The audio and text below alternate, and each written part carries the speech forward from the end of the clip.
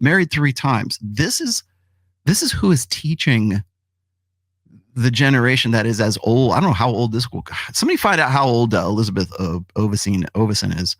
But this is a woman who is giving advice to young women, and this is how it ought to be. And don't worry, your ship will come in. You'll find a guy. It's almost like a what is it? Sheryl Sandberg.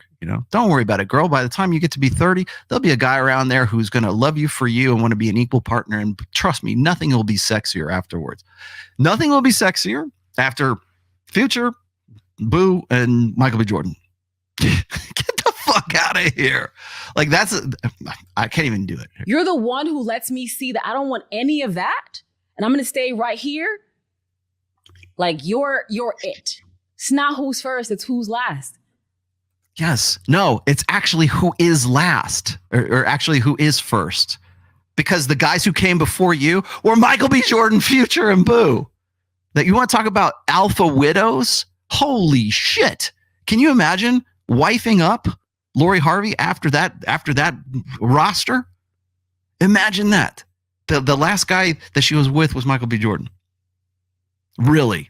So it's not about the guys who came before. Get the fuck out of here. And the reason I'm bringing this up here is because this is why it's important. This mentality right here. Oh, it doesn't matter because if I'm with you, then it shouldn't matter about these other guys. But it does. And not because it's to the guy. It's because of you. It's because of the woman herself. It's because Lori Harvey. The guys who came before you, unless you are of the caliber of Future and Michael B. Jordan, like where do you go from there? Like what do you do? Money-wise, fame-wise, status-wise, big dick energy-wise, whatever it is. Where do you go from there? How do you know that like Lori Harvey, like, oh, don't worry about it. We're in love, We're in love. It's okay. You shouldn't be about anybody who came before you. But it is, and not because of the guy's insecure. It's because the woman it will become an alpha widow for a guy. Like, even what Ciara was with Future too. Russell Wilson is getting Future's leftovers, for Christ's sake, right? Do you think, he can go and say, well, it doesn't matter because, we go to church together. Meanwhile, she's twerking in the last video she was in, and she's, got a bottle of rum on her head with doing whatever, and in between Ciara prayers, right? Yeah, it does matter. Not because of the guy's insecure, but because you're the one that's going to be pining for the alpha that got away, the one that got away. That's what's going to happen. Imagine that.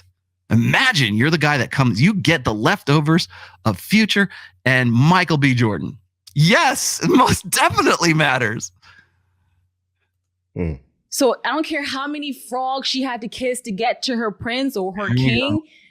It's who is best who keeps my attention. So I don't have to dump you and move on to somebody else. Wow. Listen, friend in my head, no advice for this girl. Okay. This girl, she did it right. I do. So she did it right. But the thing is she will never do it right again in the future. Pun intended. I mean, who's she going to get with that's going to top those guys?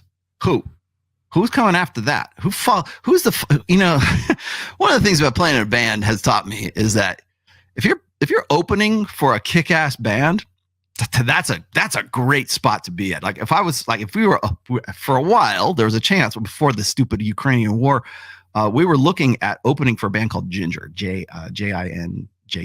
Okay, if you're into metal, you know what I'm talking about. They were going to come here to the town. We were actually trying to, anyways, get an opening slot with Ginger when they came through Reno. Right, didn't work out. However, to be on an opening slot for Ginger, fucking great, man. That would have been great because you're like working the crowd up, and the next band that comes out, they're happy to see the headliner. The worst spot is to be to back clean up, to be the one that comes on after the show has already been done by a really big band, right? It's the same principle. Yeah, it's great to be the opener. It's better to be the headliner. But if you're batting cleanup and you're sort of the last one in the show there, just sort of like, just to sort of keep the bar open till 2 a.m. You don't want to be that guy. You don't want to be in that band. You don't want to be playing that unless you're like really, really good. But for the most part, there's a reason why you're playing after the headliner. I love me some Lori Harvey, by the way. Yeah. I love me some Lori Harvey. Me too. Right? Shut up. What? You can't say it. Only I can say it. Because when you saying this, sounds creepy. But I have the same admiration you have. No, you don't. You got a different admiration. All right, what was that? Oh, excuse me, one moment. That was a really good example of where'd it go? Damn it, I didn't have it on tap. It's a very good example of this right here. Where do we go with that? There it is. Bring that in. What just happened here? Here's what just happened. This is just what happened. Okay. This is from Sunny Street, right? Okay, you got the good-looking, sharp-ass motherfucker right there. Looking good, Susan. Oh, you're sweet. Looking good, Susan. Human resources. That's the difference. That's what one's a creep and one is not a creep. They say the exact same thing. It's all about attraction. Now, imagine the guy down below there, the fat guy looking good, Susan. Imagine that's the guy that you have to get, that has to follow the act of the guy who is above, successful, good looking, sharp dresser, blah, blah, blah. Right? That's why this stuff that, like, just from a logistical, you don't have to be a rock, you don't have to be an evolutionary psychologist to figure this shit out.